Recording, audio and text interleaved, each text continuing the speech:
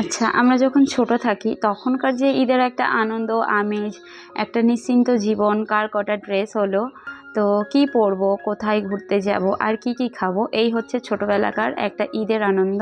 কিন্তু যখন আমরা বড় হয়ে যাই তখন কি হয়, এগুলো কিন্তু ঈদ বলে এই রকম আনন্দ আর হয় না।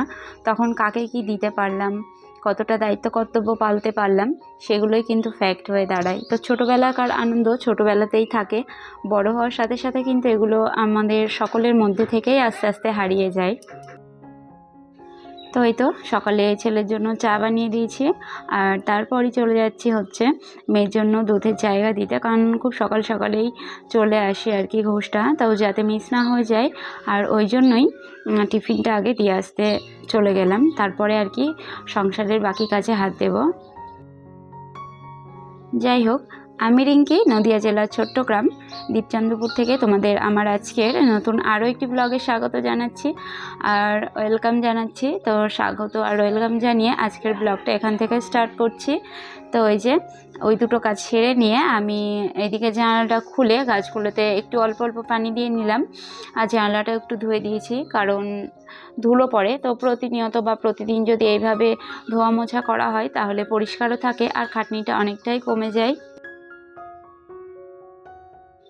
আর যেহেতু ভোরবেলা সেহরির সময় ভাত রান্নাবান্না করাই থাকছে, তো এখন আর আলাদা করে রান্নার কিছু নেই। তো ওদের খাইয়ে টাইয়ে সকালের দিকে বেশ কিছু কাজ সেলাই, সেগুলো আর কি অফ ক্যামেরায় করে নিয়ে এবার একটু ঘরগুলোকে পরিষ্কার করে নেব। ঘরগুলো বলতে এই ঘরটা বাকি রয়েছে, তো এটা আজকে পরিষ্কার করে নেব। আর হচ্ছে আমি প্রায় এরকমভাবে পরিষ্কার করি। তো এইভাবে মাঝে মাঝে যদি পরিষ্কার করা হয়, ঈদ বলো বা বকরিদ বা কোনো অকেশন ওয়াইজ, খুব একটা বেশি খাটতে হয় না। তো যদি প্রতিনিয়ত আমরা এইভাবে ডেইলি, অনেকেই ডেইলি করে, তো এইভাবে যদি করতে থাকা যায় তাহলে কিন্তু ঘরগুলো ঝকঝকে চকচকে হয়ে থাকে। ওই যে আমার যখনই চোখে পড়ে যে এখানে একটু ঝুল হয়েছে বা নোংরা, আমি কিন্তু তখনই সাথে সাথে সেটা ঝেড়ে নিই। তো ওই জন্য খুব একটা ঝুল নেই, আর খুব অল্প সময়ের মধ্যে এই ঘরে ঝুলটাও আমি ঝেড়ে নিয়েছি, নেই বললেই চলে, মন বুঝছে না বলে আর কি ঝুলটা ঝেড়ে নিলাম। তারপরে খাটটা ওখানটা আর কি মুছে নিই, ওগুলো ডেলি মুছলে বেশ পরিষ্কার হয়ে থাকে। তো তারপরই আমার খাটের পাশে যে মিটকেসটা রয়েছে আর কি ওয়ার্ড্রপ টাইপের, তো ওটাকে একটু ক্লিন করে নিচ্ছি। আর উপরে যেগুলো থাকে ওগুলো ওই 2-4 দিন পর পর একটু নামিয়ে ঝেড়ে আবার ওটা পেতে দিই। তো সেটাই করছি এখানে। তো ভিডিওটার এই পর্যায়ে যারা এখনও আছো বন্ধুরা, প্লিজ একটা লাইক দিয়ে আমার ভিডিওটা কন্টিনিউ দেখতে থাকো, কারণ তোমাদের ওই একটা লাইক কিন্তু আমার ভিডিওটা আরও অনেকের কাছে পৌঁছে দিতে সাহায্য করবে, আর আমার স্বপ্নটা একটু একটু পূরণ হবে। আমার যতটুকু ভিউ আসছে আলহামদুলিল্লাহ, এটাই আমার অনেক। এই ভালোবাসাগুলোই বা কে পায়, তাই না? লাখ লাখ যদি কপালে থাকে তবেই হবে ভিউ, না থাকলে তো হবে না। কিন্তু এই যা আমার অল্প আসছে এটাই বাকেই দেয়। এই কয়েকজনেরও তো ভালো লাগছে নিশ্চয়ই, তার জন্যই তো দেখছে। তো যারাই দেখছো তাদের কাছে একটাই রিকোয়েস্ট আবারও, যে একটা করে অন্তত লাইক তো দিয়ে যেও। একটা করে লাইক দেওয়ার জন্য তো আলাদা করে আর ব্যালেন্স লাগছে না, তাই না? তো তোমরা যদি একটা করে লাইক দাও, তো এই যে আরও অনেকের কাছে পৌঁছে যাবে, এটা কিন্তু আমারও আরও নতুন নতুন ভিডিও বানাতে মোটিভেট করবে আর কি।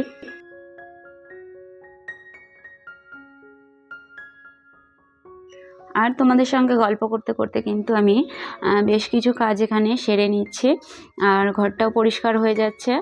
তো আমারও অনেকটা হালকা লাগছে আর কি, কাজগুলো যেহেতু হয়ে যাচ্ছে। আর এগুলো প্রতিনিয়তই করা হয়, প্রতিদিনই করা হয়, তো সেটাই তোমাদের সঙ্গে শেয়ার করছি।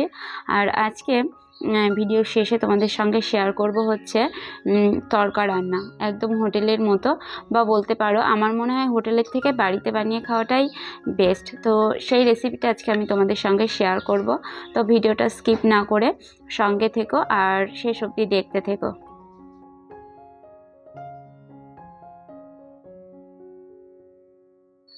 আর আমার ঘরের সব জায়গাটা যতই গোছানো থাক, এই জায়গাটা অগোছালো হবেই। মানে এই গোছাচ্ছি, 10 মিনিট পর এসে দেখবো দুটো হলে জিনিসও আবার এখানটা ছেলে মেয়ে বর বা আমি হয়তো মনের ভুলে রেখে দিয়েছি। তো এটা হয়তো প্রতি বাড়িতেই কোথাও না কোথাও এরকম একটা করে জায়গা থাকে। তো আমারও হচ্ছে হাতের কাছে এই জায়গাটা। তো যাই হোক, তবুও গোছাতে হয়। আর তারপরে এই যে ওয়ার্ড্রপটা, আর ওখানটা ওই যে ঝাঁপিটা রাখা হয়, তো ওটা ওঠা নামানো করতে গেলে কি হয়, একটা স্ক্র্যাচ পড়ে যায়। আর ওই যে ড্রয়ারগুলো টানা হয় ওইগুলো সোজাও কিন্তু স্ক্র্যাচ পড়ে যায়, যতই ধুই পরিষ্কার করি না কেন ওইগুলোতে কিছু করার থাকে না। কিন্তু উপরটাই তো আমার হাত রয়েছে, তো ওই জন্য আমি ওখানে একটা যাই হোক একটা কাপড়ের টুকরো দিয়েই রাখি। আর এই যে এটাও তো আরও প্রতিনিয়ত আমার মনে হয় যেন প্রতিদিনই ওটাতে ধুলো পড়ে। তো ওই জন্য ওটাতে যখন জামা কাপড় রাখি বা সকালে হোক রাতে হোক যখনই হোক আমি একবার করে ওগুলো মুছে নিই। তো তারপর চলে এসেছি হচ্ছে ডাইনিং টেবিলটাকে একটু মুছে নিতে। এই যে ডাইনিং টেবিলটা মুছে পাতাগুলোর উপরে বেশ একটু ধুলো পড়েছিল। তো এই যে দেখো, আমি ভাবছিলাম যখন মাটি থেকে ঘুরছিলাম এর আগের ব্লগে, তোমরা হয়তো দেখেছো তারও আগের ব্লগে, তো ভাবছিলাম যে প্রাণটা হয়তো মেরেই দিচ্ছি, বেশ তো মাটির মধ্যে বাড়ছিল নিজের মতো, কত ডালপালা ছাড়তো, কত বড় বড় পাতা হতো। তো যাই হোক, ঘরে এনেও দেখছি দুটো নতুন নতুন পাতা আর কি ছাড়ছে, তো দেখে বেশ ভালোই লাগছিল। তো যাই হোক, দেখা যাক কতটা বড় হয়। তো এই যে এখানেও ডাইনিং টেবিলটা গুছিয়ে নিলাম। আর হ্যাঁ, আমি কিন্তু কাজে হাত দেওয়ার আগে সকালে যেমন রান্নাবান্না হয়েছিল তেমনি ছেলের মর্নিং স্কুল করে দিয়েছে, তো ছেলেকেও স্কুলে পাঠিয়ে দিয়েছি। এখন শুধু মেয়ে কিন্তু আমার পিছন পিছন কাছেই আছে, হয়তো ক্যামেরার সামনে আসছে না, দু এক জায়গায় তোমরা দেখতে পাবে। তো যাই হোক, সব মিলিয়ে আমার ঘরে মোটামুটি সমস্ত ফার্নিচারগুলো মুছে নেওয়া হয়ে গেছে।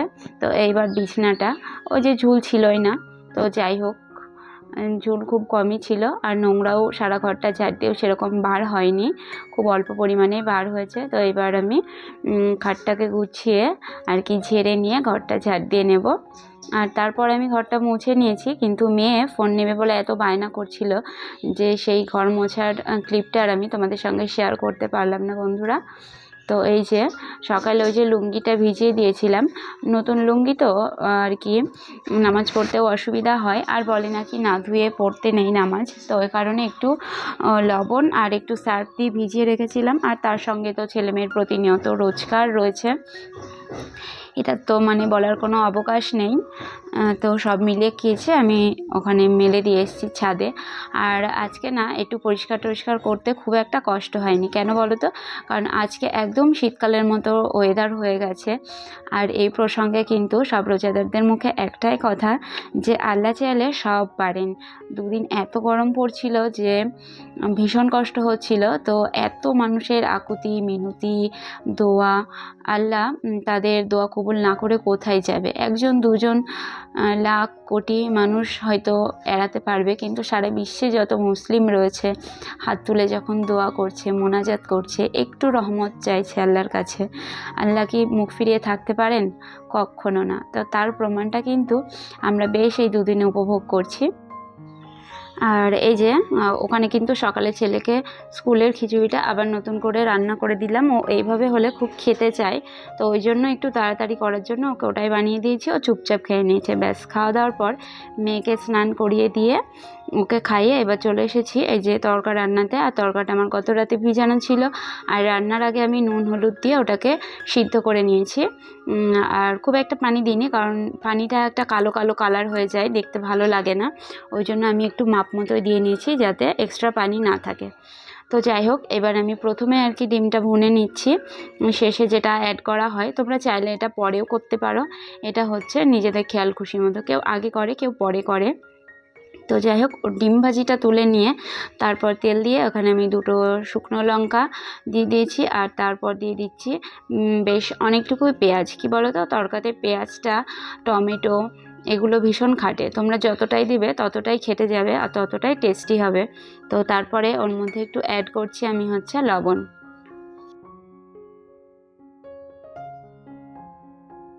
আর বেশ খানিকটা মানে ভাজা ভাজা হয়ে যাবার পর, পুরো ভাজা ভাজা না, অল্প ভাজার পর আমি এখানে কুচি করা আদা রসুন দিয়েছি, এটা আমি অল্পই দিয়েছি, ছেলের মুখে পড়লে খেতে চায় না। আর সবাই পছন্দ করে না, তো ওই কারণেই। তারপর আমি দিয়ে দিয়েছি, আমার গাছে যেহেতু কারি পাতা রয়েছে তো ওখান থেকেই কটা ছিঁড়ে নিয়েছিলাম আর সেটা দিয়ে দিয়েছি। তারপর আমি এখানে অ্যাড করে দিচ্ছি হচ্ছে টমেটো। তো এই সমস্ত কিছু দিয়ে একটু কষিয়ে নেব আরও একটু। আর তারপরই যখন মশলাটা পরিমাণে একটু কমে আসবে আর কি, তো তখন আমি দিয়ে দিচ্ছি আদা রসুনের পেস্ট। তো আদা রসুনের পেস্টের গন্ধটা চলে যাওয়ার জন্য একটু পানি অ্যাড করে আবারও একটু কষিয়ে নেব। আর পানিটা যখন একটু কমে আসবে তখন আমি এখানে দিয়ে নিচ্ছি হচ্ছে হলুদ। আর তারপর অ্যাড করছি আমি জিরে, ধইনে, এগুলো হচ্ছে একসঙ্গে আমার পেস্ট করাই থাকে, তো সেই গুঁড়ো মশলা আর কি এখানে আমি অ্যাড করে দেব। আর একটু কষিয়ে নেব। আর কালারটা একটু ভালো আসার জন্য আমি এখানে অ্যাড করছি হচ্ছে শুকনো লঙ্কার গুঁড়ো। আর এটা হচ্ছে এই তরকার প্যাকেটের মধ্যেই যে গুঁড়ো মশলাটা থাকে আর কি, এটা আলাদাও প্যাকে পাওয়া যায়, তোমরা চাইলে আলাদা প্যাক যেটা পাওয়া যায় সেটাও দিতে পারো। তো এই যে এটা কিন্তু পানির মধ্যে গুলিয়ে নিয়েই দিতে হয়, তো আমি গুলিয়ে নিয়ে ওটা অ্যাড করে দিয়েছি। আর একদম শেষে একটু দেখতে ভালো লাগার জন্য আমি এখানে দিয়ে দিলাম কটা কাঁচা মরিচ আর কি, টুকরো টুকরো করে কেটে নেওয়া। তো সব মশলা কষিয়ে নিয়ে যখন মশলাটা থেকে তেল ছেড়ে দিয়েছে, মশলা কষানো হয়ে গেছে, তখন আমি এখানে অ্যাড করে নিচ্ছি হচ্ছে ওই যে সিদ্ধ করা তরকা। আর আমার এই পানিটা কিন্তু হালকা গরম করা রয়েছে। তো এইভাবে 1-2 বার আর কি পানি দিয়ে তরকাটা মশলার সঙ্গে একটু কষিয়ে নেব।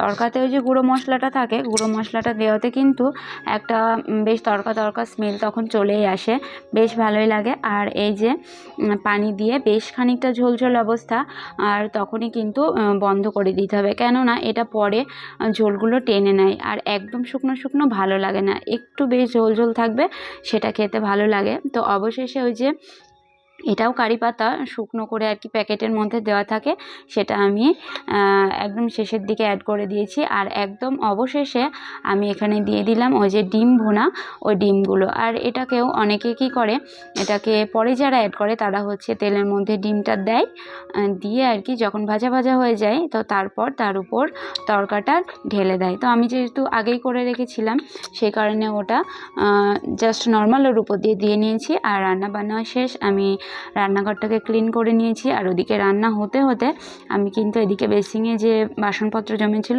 সমস্ত কিছুই মেজে ধুয়ে নিয়েছি। তো এই যে, তো তোমাদের সঙ্গে গল্প করতে করতে কিন্তু আমার তরকা রান্না কমপ্লিট হয়ে গেছে। আর এই যে কালার চলে এসছে, তোমরা সেটা স্বচক্ষে দেখে নাও, তোমরা চাইলেই বাড়িতে একবার ট্রাই করে দেখতে পারো। আর অবশ্যই কমেন্ট করে জানিও যে তরকাটা কেমন হয়েছে, দেখতে কেমন হয়েছে, বা আমার রান্নাটা তোমাদের যদি ভালো লাগে থাকে সেটা কিন্তু অবশ্যই কমেন্ট করে জানিও। তো তারপর আমি এখানে ছেলেকে দুপুরে খাবার আর কি দিয়ে দিচ্ছি। আর তরকা মানে একটু পেঁয়াজ, টমেটো, লঙ্কা এগুলো যদি না থাকে পাতে তাহলে কিন্তু মানায় না। তো ওই জন্য আমি ছেলেকে একটু বেশ ডেকোরেশন করে দিচ্ছি, মানে নিজেরও দেখতে শান্তি লাগে, ওই কারণেই দেওয়া। আর তরকাটা এই কারণেই করা, তরকাটা আমার বরের ভীষণ পছন্দ, খেতে ভীষণ পছন্দ করে। আর মানে শুধু ভিডিওর সোর্সে না, তরকাটা খেতেও ভীষণ ভালো হয়েছিল। আমার বর কিন্তু দুবারই যে খেয়েছে, সন্ধ্যায় আর সেহেরিতে দুবারই কিন্তু ওই তরকা দিয়েই ভাত খেয়েছে, ওর ভীষণ পছন্দ, তো ওই জন্যই আরও রান্নাবান্না করেছি। আর এই যে বিকেলের দিকে আমরা চলে এসেছি একটা দোকানে, এখানে আর কি দুই দুলাভাই, ওর দুলাভাই আর আমার দুলাভাই আর কি, তো দুইজনের জন্য ড্রেস দেওয়া হয়েছে বাড়ির শ্বশুর শাশুড়ি, ননদ, মাকে। তো আর ভেবে দেখলাম যে আর কাকে দেওয়া যায়, তা দেওয়ার তো অনেকেই থাকে কিন্তু সবসময় তো দেওয়া হয়ে ওঠে না। তো এই যে এই দুইজনের জন্য নিয়েছি, কেমন হয়েছে সেটা তোমরা অবশ্যই কমেন্ট করে জানিও। একই রেট, একই কোয়ালিটি, সব এক, প্যান্ট তো সেম কালার, সেম সাইজ আলাদা, আর হচ্ছে গেঞ্জিটারও শুধু কালার আলাদা, ব্যাস, যাতে কেউ রাগঝাল করতে না পারে। তো আজকে এখানেই বিদায় জানাচ্ছি, সবাই ভালো থেকো, আল্লাহ হাফিজ, আসসালামু আলাইকুম।